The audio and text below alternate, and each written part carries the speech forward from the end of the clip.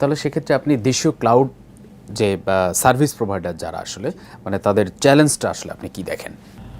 এখানে দুইটা চ্যালেঞ্জ আছে।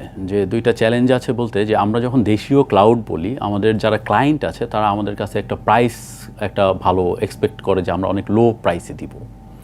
বাট দেখেন যে আমরা যে হার্ডওয়্যার কিনে আনি এটা বিদেশ থেকে কিনে আনতে হয়, এবং আমরা যে ক্লাউডটা ব্যবহার করি যে এটা যদি আমাদের বাইরের কোনো ক্লাউড প্রোভাইডার হয় তা আমাকে আবার পে করতে হচ্ছে।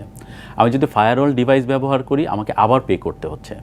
সো এই জায়গাটাতে এসে আমরা কিন্তু অনেক ক্ষেত্রে এসে কম্পিটিশন করতে পারছি না।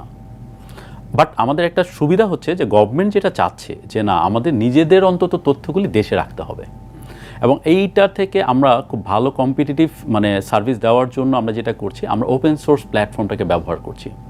হোয়ারেজ এই ওপেন সোর্স প্ল্যাটফর্মটাই যেমন আমরা ওপেন স্ট্যাক ব্যবহার করি, এই ওপেন স্ট্যাকটাকেই কিন্তু অন্যান্য কোম্পানিগুলি তারা কাস্টমাইজ করে তার আবার বাংলাদেশে এনে বিক্রি করছে, অথবা অন্য দেশেও বিক্রি হচ্ছে। তা আমরা যেটা চাচ্ছি যে প্রাইসটাকে মিনিমাইজ করার জন্য আমরা যদি ওপেন সোর্স এটাকে নিয়ে যেহেতু অন্যরাও মডিফাই করছে, আমরাও মডিফাই করছি, এবং এতে করে প্রাইসটা আমরা দেখছি যে অনেক কমানো সম্ভব এবং ভালো একটা সার্ভিস দেওয়া সম্ভব। কারণ আপনার হাতে যখন এটা কম মানে আপনি মডিফাই করতে পারছেন, কাস্টমাইজ করতে পারছেন, আপনি ক্লায়েন্টের রিকোয়ারমেন্ট অনুযায়ী আপনি এটা দিতে পারছেন। কারণ আমি একটা ব্যাংকের সাথে কথা বলেছি, তো আমাদের ব্যাংকটা যেটা বললো যে বাংলাদেশ ব্যাংক বিভিন্ন সময়ে বিভিন্ন তাদের প্রয়োজনে কাস্টমাইজ কিছু রিকোয়ারমেন্ট দেয়।